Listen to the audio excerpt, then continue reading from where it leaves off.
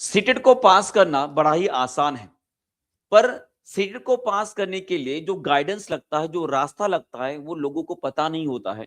और इसीलिए हर साल जो है लगभग 75 टू 80% लोग जो है सीटेट के एग्जामिनेशन में फेल हो जाते हैं। और ये आज की स्ट्रैटेजी, ये वो रास्ता रहेगा, चाहे आप पहला अटेम्प्ट आपका होगा, चाहे आप इसके पहले भी कई सारे अटेम्प्ट दे चुके हो और पास नहीं हो पा रहे हो, या पास होने के बाद भी उतना स्कोर नहीं ला पाए हो कि जिसे जो है एक सम्मानजनक स्कोर बोला जाता है। या ये भी हो सकता है कि आपका जो 2-3 मार्क्स से जो है सीटेट अगर फेल हो रहे हो, ये स्ट्रैटेजी आपको जो है इन सभी से क्रॉस करके लगभग जो है इस अटेम्प्ट के अंदर आपको 130 प्लस स्कोर लाने में हेल्प करेगी, गारंटी के साथ बता रहा हूं। अब इसमें इतने सारे लोग क्यों होते हैं, ये आपको पहले समझाना है।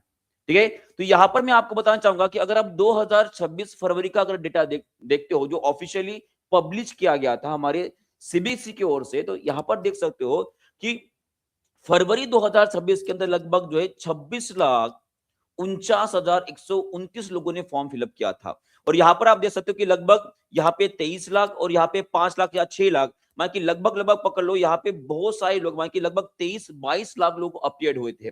और यहाँ पर आप देख सकते हो कि लगभग जो है केवल और केवल 25% लोग ही यहाँ पे पास हो पाए, मान की लगभग लगभग 75% लोग यहाँ पे फेल हुए। अब फेल होने का कारण आपको समझना है। फर्स्ट अटेम्प्ट में पास होना, इसका मतलब ये नहीं कि हमें कोई एक नई स्ट्रेटेजी अपनानी है, नहीं, बिल्कुल नहीं। हमें जो है, जिन लोगों ने पहले से एग्जाम दे चुके, उनके ओर से कौन सी ऐसी गलतियां बार बार वो कर रहे हैं कि जिसकी वजह से वो पास नहीं हो पा रहे, हमें उसके ऊपर काम करना है। अगर ये हमें समझ लिया तो बेटा सीटेट आराम से पास कर जाओगे, क्योंकि एक्सपीरियंस लेकर कुछ नई सीखने से अच्छा ये होता है कि पहले से जो एक्सपीरियंस कर चुका है उससे हमें सीखना जरूरी है, क्योंकि इससे हमारा समय बच जाएगा। तो यही आपको बताना चाहूंगा। और यहां पर इन चारों चीजों के ऊपर हम बात करने वाले हैं। माने कि आपको ऐसी कौन सी बुक्स पढ़नी है, यहाँ पे आपके पूरे सीटेट पास होने में पीवाईक्यू का रोल क्या होने वाला है, यहाँ पे 100% क्वेश्चन आने वाले इंपॉर्टेंट टॉपिक्स को कैसे फाइंड करना है, और उसी तरह से जो 150 क्वेश्चन आपको 150 मिनट के अंदर सॉल्व करना है, इसके लिए टाइम मैनेजमेंट आपकी कैसी होनी चाहिए, इन चारों चीजों के ऊपर हम बात करने वाले हैं। तो सबसे पहले हम बात करते हैं कि यहां पर आपको सबसे पहले क्या करना है। सबसे पहले आपको जो है सीटेट को समझना है। जी हाँ, सीटेट को समझना मतलब इसके पैटर्न के बारे में, इसके सिलेबस के बारे में जो आपको जानना पड़ेगा।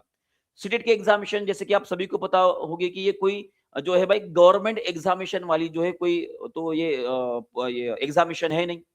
इसके अंदर आप सीटेट अगर पास होते हो तो ऑब्वियसली आप कोई भी शिक्षक भर्ती जो आपके स्टेट के अंदर निकलती है, या किसी सेंट्रल लेवल की एग्जामिनेशन निकलते हो, वहां पे आप जो शिक्षक भर्ती देकर आप शिक्षक बन सकते हो।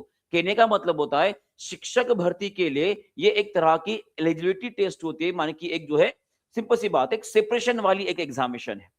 यहाँ पर यह देखा जाता है कि कोई एक अभ्यर्थी शिक्षक बनना चाहता है तो क्या इसके अंदर शिक्षक बनने की वो प्रॉपर्टीज होती है। तो जहां पर आप शिक्षक अगर बनना चाहते हो तो आपको पता होगा कि पेपर 1 पेपर 2 दो तरह के यहाँ पर पेपर होते हैं। पेपर 1 जिसके अंदर अगर आप पहली कक्षा से लेकर अगर 5वीं कक्षा में अगर टीचर बनना चाहते हो तो आप पेपर 1 दोगे, जिसमें 150 क्वेश्चन और 150 मिनट के होता है। उसी तरह से पेपर 2 जो लगभग जो है 6वीं कक्षा से लेकर 8वीं कक्षा तक टीचर बनना चाहता है, वो जो है पेपर 2 देगा, है ना। तो ये आप सभी को पता होना चाहिए, ये सिंपल सी बात है। और इसमें आपको ये भी पता होना चाहिए कि हमारी ये जो आपकी शिक्षक भर्ती होती है, ये कोई रैंकिंग वाली एग्जामिनेशन नहीं है जिसमें रैंक लाने से जो है आपको सबसे पहले शिक्षक बनाया जाएगा, बिल्कुल नहीं। यहाँ पे केवल आपको पास होना है। ठीक है, क्या होना है, सिर्फ पास होना है। अब इसमें एक और चीज आपको याद रखना कि इसके अंदर कोई भी आपकी निगेटिव मार्किंग नहीं होती है, कोई भी निगेटिव मार्किंग इसके अंदर नहीं होती है। अब निगेटिव मार्किंग ना होने के बावजूद भी यहाँ पर बच्चों का पेपर ही अटेम्प्ट नहीं होता है, ये भी बात आपको ध्यान में रखना है। ठीक है, अब इन सभी चीजों के ऊपर हम एक एक करके बात करते हैं। तो यहाँ पे और एक बात, ठीक है, जैसे कि आप एग्जामिनेशन देने वाले हो, जिसे आपको पता चल गया कि सर हमें बस पास होना है।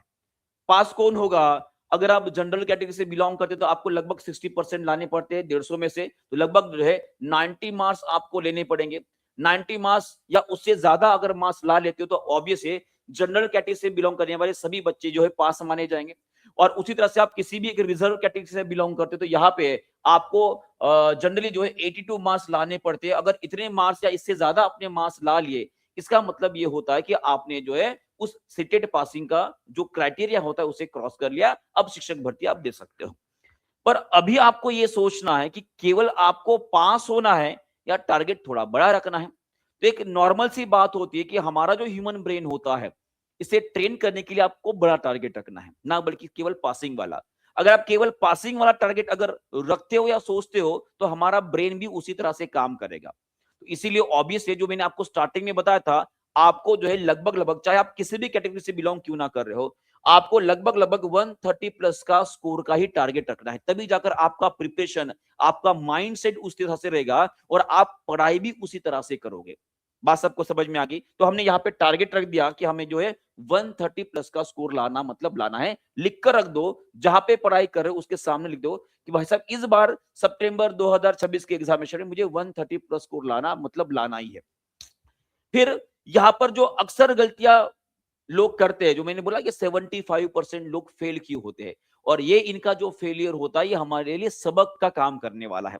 अब क्यों फेल होता है, यहां पर आप देखोगे कि मोस्ट ऑफ द स्टूडेंट रहेंगे वो केवल जो है क्वेश्चन सॉल्व करते हैं, क्वेश्चन रटने रटने का काम करते हैं। सीटेट की एग्जामिनेशन ये रट्टाफिकेशन वाली एग्जामिनेशन नहीं है। इसमें आपको कंसेप्ट समझने होते, तो केवल एमसीक्यू पढ़कर या उसका आंसर देकर हमारे कंसेप्ट क्लियर नहीं होने वाले हैं। बराबर है, ये पहली गलती आप लोग बिल्कुल नहीं करना है। अब यहां पर देखोगे कि बहुत सारे लोग जो है पेडागोजी को जो है इग्नोर कर देते हैं। बहुत समय है ना, एग्जामिनेशन पार्ट टाइम पे जो है एंड में जो है लगभग 10-15 दिन हम पढ़ लेंगे, पेडागोजी हो जाएगी। ये जो आपका माइंड सेट होता है ना भाई, यही आपको जो है ले डूबता है। क्योंकि अगर आपको पता होगा कि पूरा अगर मैं सीटेट का पेपर देखूं, तो लगभग 150 में से 90 मार्क्स के आसपास जो है, 150 क्वेश्चन में से 90 क्वेश्चन आसपास जो है वो पेडागोजी के ऊपर सवाल पूछा जाता है। हर एक सब्जेक्ट की पेडागोजी आपको पढ़नी पड़ती है। इसका मतलब होता है कि केवल आपने पेडागोजी भी अगर अच्छे से पढ़ लिया, पूरे में से पूरे भी मार्क ले भाई, तब भी आप पास होने वाले हो। इसलिए पेडागोजी को निग्लेक्ट करना ये आपकी दूसरी सबसे बड़ी गलती हो सकती है। तीसरी गलती कि एनसीईआरटी को ना पढ़ना। ये गलती आमतौर पर सभी बच्चे कर लेते हैं, है ना? तो ऑब्वियसली आपको ध्यान में रखना है कि कोई एक इंस्टीट्यूट के नोट्स भलाई आप इस्तेमाल कर रहे होगे, करो, कोई दिक्कत नहीं है।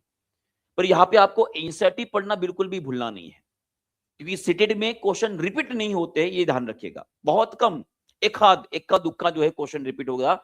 यहाँ पे कंसेप्ट के ऊपर जो है क्वेश्चन पूछ जाते हैं हर बार। तो अब इसे, ये जो आपके नए नए कंसेप्ट होते हैं, और आपने देखा भी होगा कि दिसंबर 2024 का पेपर और अभी फरवरी 2026 का पेपर, इन दोनों के अंदर जो है बहुत ज्यादा डिफरेंस है। यहाँ पे ना बल्कि पैटर्न के अंदर चेंजेस आए हैं, बल्कि जो है यहाँ पे क्वेश्चन के लेवल के अंदर भी चेंजेस आए हैं। तो ऑब्वियसली आपको जो है एनसीईआरटी पढ़ना बहुत ज्यादा जरूरी रहेगा। फिर चौथी और बहुत बड़ी गलती होती है कि आप जो है टेस्ट और रिवीजन देते ही नहीं हो। टेस्ट और रिवीजन देते ही नहीं हो, ये सबसे बड़ी गलती। क्योंकि यहाँ पे टाइम मैनेजमेंट की बात आ जाती है। मैंने जैसे बोला कि आपको 150 क्वेश्चन जो है आपको लगभग 150 मिनट के अंदर सॉल्व करना पड़ता है। कि एक क्वेश्चन के लो पढ़कर जो आपको केवल जो है 1 मिनट के अंदर ही आंसर देना होता है, जो सबसे बड़ी डिफिकल्टी है। तो ये गलतियां आप बिल्कुल भी ना करिएगा, ठीक है। उसके बाद बात करते कि अगर एक गोल्डन सीक्रेट रूल बताओ कि अगर आपको सीटेट पास करना, आपने क्यों बोला सर बहुत आसान है, केवल आपको ये 3 चीजें करनी है। आपको एनसीईआरटी पढ़ना है, पेडागोजी में की जो शिक्षा शास्त्र होता है इसके ऊपर पूरा फोकस करना है, और जितने भी आपके पिछले साल के, पिछले 10 साल के, कि 2011 से पकड़ लीजिएगा, जितने भी पीवाईक्यूज है उन सभी को बहुत अच्छे से पढ़ना है। क्योंकि ये पीवाईक्यू जो है आपका एक जो है मार्गदर्शन की तरह काम करेगा। वो आपको पाथ बताएगा कि किस तरह के क्वेश्चन आपके एग्जामिनेशन में पूछे गए। इतना भी आपने कर लिया ना, और एग्जामिनेशन को पास करने के लिए लगातार आपने 3 महीने भी अगर पूरा से डेडिकेटेड अगर पढ़ाई कर लिए, वो भी डेली के लगभग 2 से 3 घंटे भी अगर पढ़ाई करते हो, तो ऑब्वियस है आप आराम से सीटेट पास हो जाओगे, ठीक है। अब ये आपको समझ में आ गया। फिर आती है भाई हर एक सब्जेक्ट की, जैसे आपको पेपर 1 देना है कि पेपर 2 देना है, आपने डिसाइड कर लिया। आप पेपर 1 और पेपर 2 दोनों भी दे भी सकते हो, पर हर एक सब्जेक्ट के लिए आपको अलग अलग स्ट्रेटेजी बनानी पड़ेगी, है ना। अब ये स्ट्रेटेजी बनाओगे कैसे? इस स्ट्रेटेजी को बनाने के लिए जो आपका पूरा का पूरा पीवाईक्यू आपके लिए इंपॉर्टेंट रहने वाला है। जिसने पीवाईक्यू पढ़ लिए उसने जो है लगभग लगभग सीटेट को पास करने के ये जो आपकी जंग है, इसे आपने जीत लिया है, ये समझ लीजिएगा। तो पीवाईक्यू पढ़ने के बाद आपको जो समझ में आएगा, इसमें से आपको टॉपिक समझ में आ जाएंगे कि कौन से टॉपिक से सवाल पूछे जा रहे हैं। इसमें से आपको समझ में आ जाएंगे कि किस तरह के पैटर्न के क्वेश्चन जो है आपको पूछे जा रहे हैं। मान कि ये सब कुछ समझने के बाद हर एक सब्जेक्ट वाइज जो है आपको स्ट्रेटेजी बनानी पड़ेगी, तब जाकर आप जो है फर्स्ट अटेम्प्ट में पास हो पाओगे। और अगर यहाँ पे आपको कहीं पे भी दिक्कत आ रही है बेटा, कहीं पे भी लग रहा है कि सर हमें अगर ऐसे ही मिल जाता है सब कुछ चीजें तो कैसे करेंगे, तो उसका भी आपके लिए हमने रखा है भाई। तो याद रखिएगा कि अगर आपको कहीं पे भी लगता है कि सर इतना जो झंझट कौन पाले, ठीक है, सीधा सीधा बताओ कि क्या करना है, तो सिंपल सी बात है। अगर कहीं पे भी लगता है कि आपको कहीं पे दिक्कत जा रही है या बार बार आप फेल हो रहे, एक दो मार्क्स से आपका रह जा रहा है, इसका मतलब आपको सही गाइडेंस और सही स्ट्रेटेजी की जरूरत रही। अगर आप ये सब कुछ नहीं करना चाहते हो, खुद होके नहीं करना चाहते, तो ऑब्वियसली आपको ज्वाइन करना पड़ेगा कोई ना कोई एक क्लास। अब यहां पर आप देख सकते हो कि यहां पर अगर मैथ साइंस को अगर आप पढ़ना चाहते हो, जो अगर पेपर 2 की तैयारी कर रहे हो और मैथ साइंस पढ़ना चाहते हो, तो केवल 799 के अंदर आपको पूरा का पूरा कोर्स मिलने वाला है, पूरा का पूरा कोर्स मिलने वाला है। इसमें ना ही आपको पीवाईक्यू का टेंशन लेने की जरूरत है, ना ही आपको यहाँ पे जो है किसी भी एक टॉपिक पे कितने सवाल पूछे जा रहे हैं, कितनी तरह के सवाल पूछे, इसके बारे में टेंशन लेने की जरूरत नहीं। केवल आपको डेली क्लास के अंदर आना है, उसके नोट्स आपको मिल जाएंगे, डेली क्लास को करना है, जो भी हम बताते उसके हिसाब से जाना है, बस उतना भी आपने कर लिया तो आपका सीटेट पास हो जाएगा। बाकी भी कोर्सेस यहाँ पे आपको दिख रहे, इसमें आप ज्वाइन हो सकते हो अगर आपको टेंशन लेना नहीं है, ठीक है। तो उसके बाद बात करते हैं जैसे कि मैथ साइंस में क्या पढ़ना है सर, तो याद रखिएगा कि मैथ साइंस जो है लगभग लगभग 60 मार्क्स के लिए जो पूछा जाता है आपका 60 क्वेश्चन यहाँ पे होते हैं, और इसमें पास अगर करना है, इसका मतलब पेपर 2 की बात कर रहा हूं, तो यहाँ पे आपको कंसेप्ट के ऊपर जो है ज्यादा कॉन्सेंट्रेट करना है, ध्यान देना है, ठीक है, क्योंकि यहाँ पे कंसेप्ट के साथ साथ पेडागोजी भी पूछी जाती है। अगर आप देखोगे कि यहाँ पे लगभग लगभग आपका जो 40 क्वेश्चन होता है, 60 में से 40 क्वेश्चन, और उसी तरह से यहाँ पे 20 क्वेश्चन जो आपके पेडागोजी के भी ऊपर पूछा जाता है, ठीक है। इसका मतलब आपको साइंस मैथ्स का अगर टीचर बनना है, यहाँ पे कंटेंट के साथ साथ आपको जो है पेडागोजी के ऊपर भी ध्यान देना ही पड़ेगा। फिर बात करते हैं कि सर एनसीईआरटी को पढ़ना कैसे है ना, हम आपने तो बता दिया कि एनसीईआरटी ही आपको पढ़ना है। तो सबसे पहले आपने पीवाईक्यू पढ़ना है। क्या पढ़ना है? सबसे पहले आपको पीवाईक्यू पढ़ना है। अब पीवाईक्यू कैसे पढ़ना है वो भी बता देता हूं आपको। आप क्या करो, पिछले 10 साल के या 2011 से जितने भी आपके सीटेट के एग्जामिनेशन हुए, उन सभी एग्जामिनेशन के पेपर डाउनलोड कर लो। डाउनलोड करने के बाद उनको अरेंज कर लो, ठीक है। अरेंज करने के बाद वहां पे हर एक क्वेश्चन को आपको अच्छे से देखना है। अच्छे से देखने के बाद उसका आंसर भी आपको जो है टिक लगाते लगाते आगे जाना है, according to the CTET answer key रहेगी। ये सब कुछ होने के बाद आपको ये भी ध्यान रखना है कि जब पीवाईक्यू आप पढ़ रहे हो, तो वहां पे कौन से टॉपिक से कितने सवाल पूछे गए, कौन सा मोस्ट इंपोर्टेंट टॉपिक है, ये भी आपको वहां से फाइंड करते हुए आगे बढ़ना है। ये सब कुछ एक चक्र होता है। जब आप उन पीवाईक्यूज को पढ़ते हो, तो जो क्वेश्चंस के अंदर शब्द होते हैं, वर्ड्स होते हैं, वो आपके दिमाग के अंदर, सब कॉन्शियस माइंड के अंदर कहीं ना कहीं जो है जाकर छुप जाते हैं।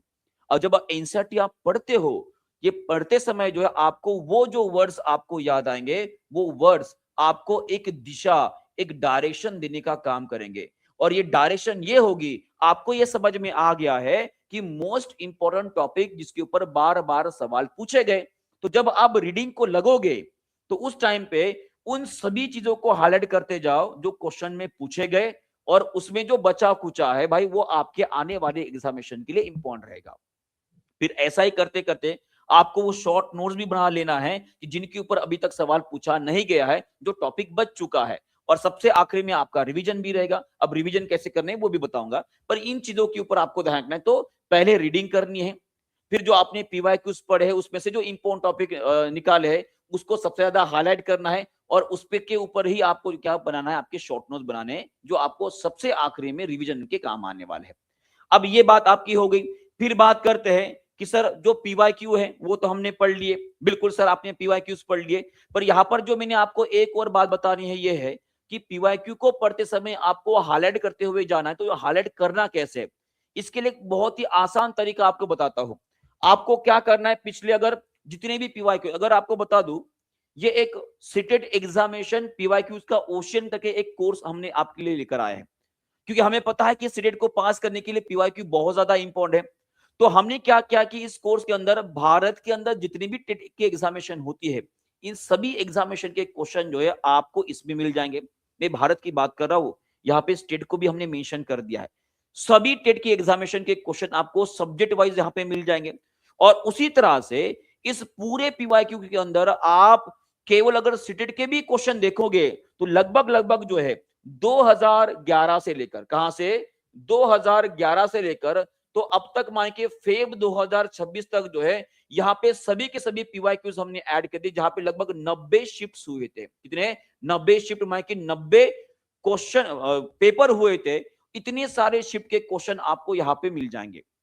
लगभग अगर अगर आंकड़ा बताओगे तो लगभग जो है 13,500 के आसपास क्वेश्चन आपको यहाँ पे मिलने वाले हैं। और यहाँ पर जो मैंने बताया कि इंपॉर्टेंट टॉपिक, तो यहाँ पे किसी भी एक क्वेश्चन को या इंपॉर्टेंट टॉपिक को अगर आपने सर्च भी कर लिया तो उस टॉपिक के ऊपर कितने सवाल पूछे गए वो आपके सामने आ जाएंगे, कितने टाइप के क्वेश्चन पूछे गए आपके सामने आ जाएगी। इससे आपने आसानी हो जाएगी कि आगे आकर किस तरह के सवाल आपके एग्जामिनेशन में आ सकते हैं। अब भाई इतना भी आपने कर लिया ना, फिर भी सफिशिएंट है, ठीक है। बाकी आपकी मर्जी रहेगी, ठीक है। ये बात आपको समझ में आ गया। और पिछले 10 साल का तो आपको पढ़ना ही पढ़ना है और उसको जो है बार बार आपको रिवाइज भी करते रहना है, ठीक है। चलो आगे बढ़ते हैं। फिर यहाँ पर फाइनल 30 डेज के अंदर आपको क्या करना है वो भी समझ लीजिएगा। जो आखिरी के आपके 30 दिन रहने वाले हैं, इसके अंदर आपको जो है कोई भी एक्स्ट्रा चीज नहीं पढ़नी है, जो मैक्सिमम लोग गलतियां करते हैं। तो यहाँ पे मैक्सिमम आपको ये देखना है कि किस तरह से मैं रिवीजन करूं, किस तरह से मैं पीवाईक्यू जो पिछले 10 साल के हैं उसको मैं रिवाइज करूं, किस तरह से मैं मॉक टेस्ट दूं और किस तरह से शॉर्ट नोट्स आपने बनाया है उसका रिवीजन कैसे करूं। इन बातों के ऊपर ज्यादा फोकस करना है। आपको क्या नहीं करना है, आपको कोई भी नई किताब नहीं पढ़नी है। कोई भी एक रैंडम यूट्यूब चैनल के ऊपर जा रहे हो, रैंडम का मतलब होता है जो पहली बार दुनिया में आए हैं, है ना, उनके ऊपर नहीं जाना है। जो ऑथेंटिक है, जैसे कि टीचिंग परीक्षा आप सभी को पता होगा। आपको बताना चाहूंगा कि टीचिंग परीक्षा में कई सालों से हम जो है बच्चों को जो है ट्रेन कर रहे हैं, उनका सीटेट के एग्जामिनेशन हमने पास कर लिए। और अगर आप यहाँ पे टीचिंग परीक्षा में जाते हो, सर्च करोगे तो यहाँ पर आप देखोगे कि कई सारे क्लासेस यहाँ पर हमारे हो चुके हैं। जैसे कि मान लीजिएगा कि अगर आप मैथ साइंस की तैयारी कर रहे हो तो मैथ साइंस के कई सारे क्लासेस हमने ले चुके हैं। और यहाँ पर आप देखोगे कि यहाँ पे पूरी की पूरी लिस्ट आपको मिलेगी। यहाँ पे 8 घंटे का एक मैराथन मिलेगा जिसके अंदर मैक्सिमम फिजिक्स, केमिस्ट्री, बायोलॉजी के सभी क्वेश्चन हमने कवर कर लिए। और उसी तरह से यहाँ पे जो है कक्षा 7वीं, कक्षा 8वीं, कक्षा 9वीं और कक्षा 10वीं, इन सभी एनसीईआरटी के क्वेश्चन हमने यहाँ पे डिस्कस किए। इससे भी आपका बहुत सारा फायदा हो जाएगा।